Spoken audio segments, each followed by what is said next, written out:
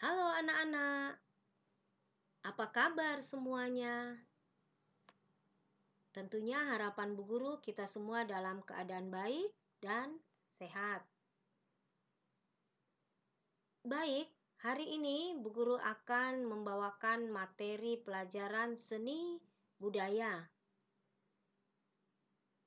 Pertemuan kita kali ini adalah pertemuan yang kedua.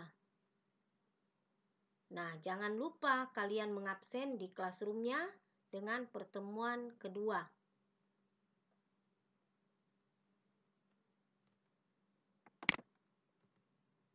Pertemuan kedua ini kita akan belajar tentang seni budaya kelas 7. Selamat pagi dan salam sehat. Materi pelajaran ini akan dibawakan oleh Ibu Kristina SPD. Nah, pelajaran seni budaya di SMP kita akan mempelajari 4 cabang seni. Di antaranya seni rupa, seni musik, seni tari, dan seni teater.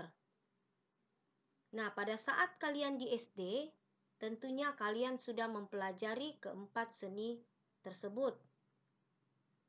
Nah, kali ini kita akan diawali dengan mempelajari seni rupa. Ada yang tahu tentang pengertian seni rupa? Pasti kalian sudah memahami, karena di SD kalian sudah belajar tentang menggambar, melukis, membuat patung, menganyam, membatik, dan lain-lain. Semua itu adalah termasuk karya seni rupa. Nah, apa itu yang dimaksud dengan seni rupa?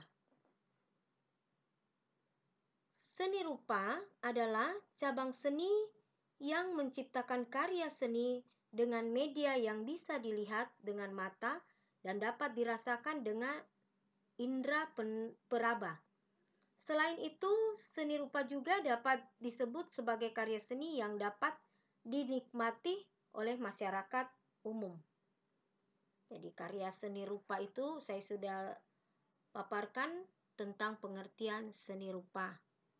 Jadi menggunakan media yang dapat dilihat dan diraba. Baik, kita akan masuk ke materi bab 1, yaitu menggambar flora, fauna, dan alam benda. Kompetensi dasarnya adalah memahami unsur, prinsip, teknik, dan prosedur menggambar flora, fauna, dan alam benda dengan berbagai bahan.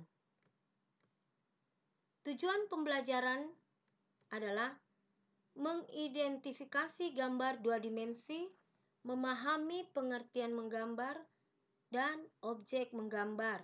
Yang ketiga, menganalisis unsur-unsur seni rupa dalam menggambar.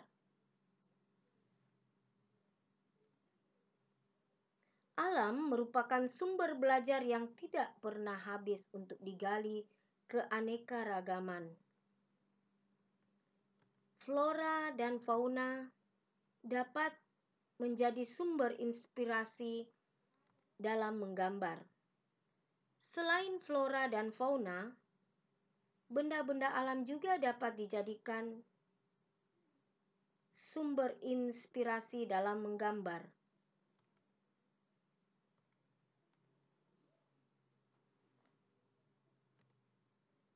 Nah, sekarang perhatikan gambar yang ada di bawah ini.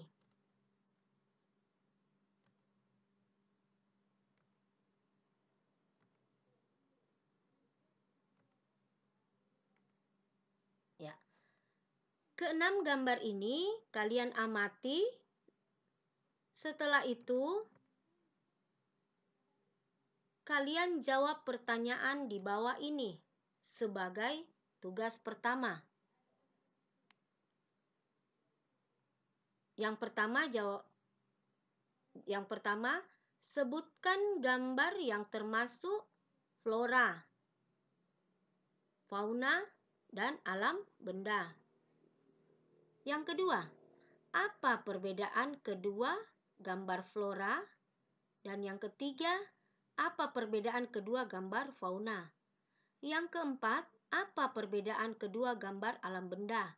Dan yang kelima dan terakhir, apa ciri-ciri gambar kedua flora, fauna, dan benda alam? Nah, jawaban ini kalian jawab di classroom-nya di file tugas. Bisa juga kalian menjawab di buku catatannya, ya. Setelah dijawab, difoto dan diupload di Google Doc dan dikirim ke file tugas di classroom-nya. Ya. Sebelum kalian mengerjakan tugasnya, saya akan menjelaskan tentang pengertian dari menggambar. Menggambar merupakan karya seni rupa dua dimensi karena memiliki ukuran panjang kali lebar. Menggambar ini dapat dilihat dari arah depan saja. Jadi, pengertian dari menggambar adalah aktivitas mental dan fisik yang dituangkan dalam bentuk goresan tangan menggunakan media 2 atau 3 dimensi. Menggambar menggunakan imajinasi dan perasaan melalui media dan alat. Misalnya medianya kertas, buku gambar, kain, kayu, dan alatnya misalnya pensil, krayon, dan lain-lain. Selanjutnya, kita menjelaskan tentang objek daripada menggambar. Apa itu objek? Objek adalah model tiruan atau rekayasa yang dilakukan dalam kegiatan menggambar. Objek yang bisa dijadikan menggambar seperti flora, yaitu hewan, fauna, tumbuhan, dan alam-alam benda. Baik benda buatan manusia maupun benda yang berasal dari alam.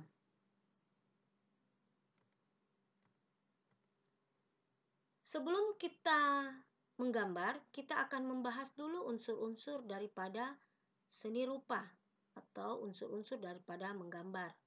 Yang pertama, titik. Yang kedua, garis. Yang ketiga, bidang. Yang keempat, bentuk. Yang kelima, ruang. Yang keenam, tekstur. Yang ketujuh, warna. Dan yang kedelapan, gelap terang. Mari kita membahas unsur-unsur seni rupa ini mulai daripada 1. Titik. Titik adalah unsur seni rupa paling dasar.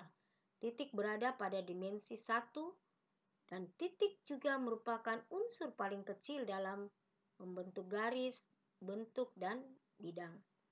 Bisa didefinisikan bahwa segala ide karya seni dimulai dari sebuah titik. Nah, kalian bisa lihat contoh yang ada di bawah. Ini adalah titik. Unsur berikutnya yaitu yang kedua, garis. Unsur ini merupakan dari unsur titik-titik hingga membentuk sebuah garis. Sebuah garis memiliki dimensi memanjang dengan arah tertentu. Ada beberapa macam-macam garis seperti garis pendek, garis panjang, garis vertikal, dan garis horizontal. Kalian bisa lihat contoh garis-garis yang ada di bawah ini. Selanjutnya yang ketiga, bidang. Bidang adalah unsur seni rupa yang dihasilkan dengan menggabungkan beberapa garis hingga membentuk beberapa sisi. Bidang merupakan dimensi kedua yang memiliki ukuran panjang dan lebar. Contohnya misalnya persegi, segitiga, trapesium, ketupat, dan lain-lain. Contoh gambarnya ada di bawah. Yang keempat adalah bentuk. Unsur ini merupakan sebuah seni rupa menjadi lebih hidup dan dapat diamati sebagai karya seni yang utuh. Bentuk terdiri dari beberapa bidang. Ada beberapa jenis bentuk, yakni bentuk geometris seperti kubus, balok, tabung, dan bentuk non-geometris seperti manusia, hewan, dan alam. Di bawah ini adalah contoh bentuk geometris. Ada kubus, balok, tabung, kerucut. Ya. Kita lanjut dengan unsur yang kelima, yaitu ruang. Ruang merupakan unsur seni rupa yang memiliki dua sifat, yaitu semu dan nyata. Dalam karya dua dimensi, ruang bersifat semu karena hanya berupa penggambaran saja. Sementara dalam karya tiga dimensi, ruang bersifat nyata dan dapat dirasakan secara langsung. Nah, contoh gambar ini adalah penggambaran. Jadi, dikatakan semu, bersifat semu. Ruangnya bersifat semu. Selanjutnya yang keenam adalah warna.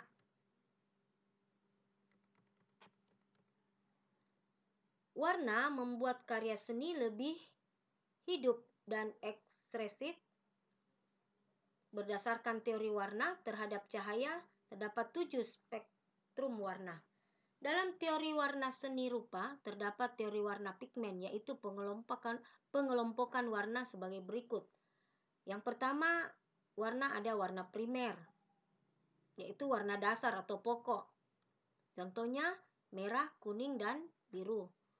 Sedangkan warna sekunder, yaitu warna yang dapat diperoleh dengan pencampuran dua warna dasar dalam takaran tertentu, contohnya orange, ungu, dan hijau. Yang ketujuh, tekstur. Tekstur adalah permukaan suatu benda. Ada yang halus, ada yang kasar. Tekstur kasar contohnya ada pada batang kayu, daun, dan batu. Tekstur halus misalnya pada kaca, plastik, dan kertas. Nah, gambar yang ada di bawah ini adalah contoh tekstur kasar dan halus. Dan yang terakhir adalah gelap terang. Unsur seni rupa ini bergantung terhadap intensitas cahaya. Artinya, semakin besar intensitas cahaya, maka akan semakin terang. Sebaliknya, semakin kecil intensitas cahaya, maka akan semakin gelap. Kalian bisa lihat gambar berikut ini. Gambar yang ada di bawah ini adalah gambar kendi, kemudian ada bayang-bayangnya, ya. Jadi benda tersebut dikena oleh cahaya sehingga menghasilkan bayang-bayang pada benda tersebut.